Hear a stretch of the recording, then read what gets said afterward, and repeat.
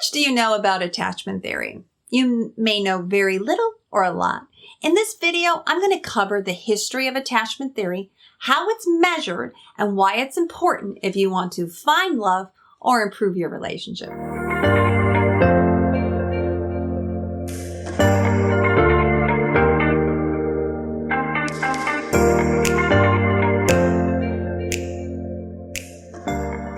Hi, I'm Dr. Diane, the Back to Love Doc. In the last 20 years of my psychology career, I've never found a theory that explains relationships better than attachment theory does. The history of attachment theory is fascinating. Attachment theory was first developed by a British psychiatrist, Dr. John Bowlby, in the 1950s. Dr. Bowlby worked as a psychiatrist who treated emotionally disturbed children. But instead of focusing on the child's behavior, Dr. Bowlby looked at the child's relationship, primarily with their parents. He wanted to understand the child's social, emotional, and cognitive development. He also studied orphan children at the end of World War II.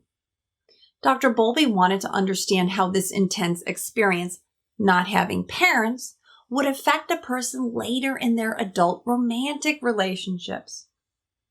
And unfortunately, he found that these same children who were orphans had deficits later in their romantic relationships. His work was pioneering in that it explained that children come into the world biologically pre-programmed to form attachments. It's normal and natural. Children have what are considered coping skills. They signal or cry and fuss when they need something, when they're cold, hungry, or wet. Other behaviors, such as cooing and smiling, help children bond with their parents. Dr. Bowlby was personally interested in attachment theory because during his own childhood, his parents didn't spend time with him. He was essentially raised by a nanny. But when his nanny left at the age of 4, he suffered profound grief, as if it was his own parent who had died. Dr. Bowlby expanded the definition of attachment to also include significant caregivers. Attachment theory is now considered a science because it can be measured, and there is more than one type of attachment. Dr. Mary Ainsworth, a student of Dr. Bowlby's in the 1970s, set out to formalize and measure these various types. Dr. Ainsworth went into people's homes to observe daily interactions between a parent and a child. But the problem was that without a stressful situation, she wasn't able to measure attachment. You see, it's only during stress that you see someone's reaction to threat, which shows their true attachment style. The challenge for Dr. Ainsworth was to create a setting that was essentially safe but also threatening at the same time. What she created was a brilliant laboratory experiment known as the strange situation. In the experiment, children between the ages of 18 to 24 months were brought in with their parents, usually their mothers, and they went through an experiment that lasted for 20 minutes that was carefully observed and coded. The threat was introducing a stranger. And if you've ever seen a baby around a stranger, you know how upsetting this can be. Out of her observation with hundreds of children and their parents, Dr. Ainsworth came up with 4 distinct attachment styles. The experiment itself consisted of 8 2 to 3 minute episodes.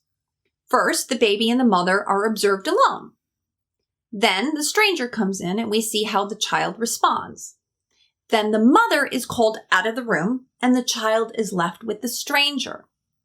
The mother comes back into the room, and that is what is known as reunion behavior. This is done a couple of times. Then the mother and child are left alone, the stranger leaves, and we see how the child calms down after they've gone. What the researchers are looking for in terms of attachment signals are how close the parent and the child are. Does the child seek the parent for comfort? And how much space or closeness is observed? Dr. Ainsworth also recorded physiological measures of distress because children can't talk. She wanted to know how stressed out each child was. She hooked them up to a heart rate monitor and also took cortisol samples, cortisol being a stress hormone that is produced in your saliva. These physiological measures combined with the observations determined a child's attachment style. And the 4 types are secure, anxious ambivalent, anxious avoidant, and disorganized or fearful avoidant. Starting with the secure child, what might they look like in the strange situation? In the strange situation, the parent and child show that they're attuned to one another. The parent plays with their child, and the child looks happy and content.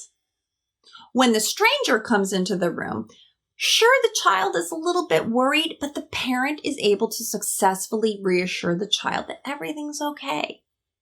When the parent leaves and the child is alone with the stranger, they're naturally upset. But when the parent or the mother returns, the child falls into the parent as if to say, "Thank goodness you're back." This is a successful reunion and a sign of a secure attachment. The secure attachment is, of course, the most positive. The child is able to relax and manage stress and trust. Having said that, then they can explore the room filled with toys because the parent serves as a secure base to the child. And when it comes to physiological measures, the child does not show significant signs of distress, very mild. The second attachment style is known as anxious ambivalent, and this is a different story. In this dynamic, the child and the mother are connected, but the connection feels more fragile. Maybe the parent and the child play together, but when the stranger enters the room, the child is observably distressed. The child goes to the parent for reassurance, but is not comforted. They have trouble calming down. And when the child is left alone with the stranger, they cry, fuss, protest. Even when the parent returns, the child shows that they're upset. They might hit the parent or throw a toy. This behavior is believed to say, "How dare you left me?" This style is referred to as anxious ambivalent because the child is anxious but also appears ambivalent. And they're clinging but also resisting. It's believed that this style is an indicator of a child who's experienced inconsistencies with their parent. The parent may be there for their child sometimes, but not others, and the child is merely trying to cope with ambiguity or inconsistencies by clinging. Looking at the physiological data, the baby is distressed, and that takes longer to calm down. The third attachment style is anxious avoidant. Here, the child and parent show a lack of closeness or connectedness. At the beginning of the strange situation, you don't see a lot of attunement. The parent is not as engaged or doesn't play on the floor with their child. When the stranger comes into the room, the child doesn't appear terribly upset. You see minimal clinging behaviors. When the child is alone with the stranger, they continue to play by themselves. What they're doing is called self-soothing. When the parent returns, the child is unfazed. There's no resistance. It's as if the child doesn't care. It's sad, really. By the age of 2, it's as if the child understands, "I can't count on you. I'm on my own." While you don't see the child being upset, the physiological data tells a different story. Their heart rate measures and the cortisol of the child, they're very distressed.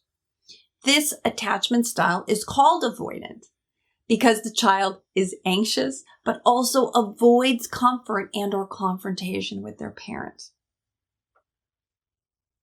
The fourth attachment style is called disorganized or fearful avoidant. It is under rare circumstances where you observe a child that shows chaotic and or distressed behaviors. In the strange situation, you do not see a parent who is attuned, and the child demonstrates unusual behaviors. These can range anywhere from throwing themselves down on the floor in a temper tantrum to freezing or uncontrollable crying.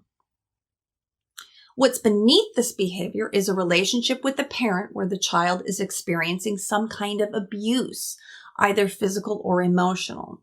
When the stranger comes in, the child freaks out because the person who is supposed to protect them is also harming them. We call this disorganized, or I call it confused, because the child doesn't know how to cope with stress and feels helpless. The poor child is in crises, and the parent is of little help. So what do you think of the strange situation? And what might be an adult version of the strange situation? What about dating? In many ways, dating is also strange. Think about it, especially if you're the anxious type. How might the ambiguity of dating affect you? If you're anxious ambivalent, you might want a relationship but also fear rejection or abandonment. So you're not sure, you're hesitant. If you're anxious avoidant, you can feel crowded. And if you're the fearful avoidant, you might see dating and relationships as dangerous. Likewise, the secure person sees dating in different ways. It might be fun. Back to the idea of threat. Think of adults like T. You don't know who someone is or their attachment style until you put them in hot water. Because it's only when someone is in a threatening situation when their true colors will come out and you're going to see their attachment style. But this is also why it takes a while to see who someone is, because at the start of a relationship, everyone puts their best foot forward. They might look secure. Dr. Bowlby believed that your attachment style is consistent throughout most of your life, or what he called from cradle to grave. It's because the first 2 years of a child's life are crucial to how a child attaches or doesn't. And it's the same first 2 years of a child's life where 80% of your brain is developed, including your nervous system and the brain-body connection, also known as the vagal response. But the positive part of attachment theory is that you can become more secure or earn your attachment. This is good news because even if you weren't fortunate enough to grow up secure, you can improve your style. And you can do so by working on yourself. Therapy can help. Online courses, reading books about the theory, finding good role models, and changing how you feel. The goal is then to integrate how you feel, think, and act more like a secure person. Because the main difference is that a secure person doesn't experience stress or threat the same way as the insecure does. Therefore, they can be more relaxed, think clearly, and act with confidence. When it comes to romantic relationships, attachment theory explains most behaviors. Say you have an anxious, ambivalent style, and when you don't hear back from that cute guy, your heart races with fear. You don't even know him, but you care. And you obsess because you learned how to overthink. Or you're the more avoidant type, and you fear commitment. For you, dating is a threat. It's a threat to your independence because you like your alone time. You learn these patterns over time, and therefore it's going to take some time to change as well. But the first step is to understand yourself better. You need insight into what you need and want in a relationship, and then you must communicate these needs. And because there are 4 distinct types, you can see that love is not one size fits all.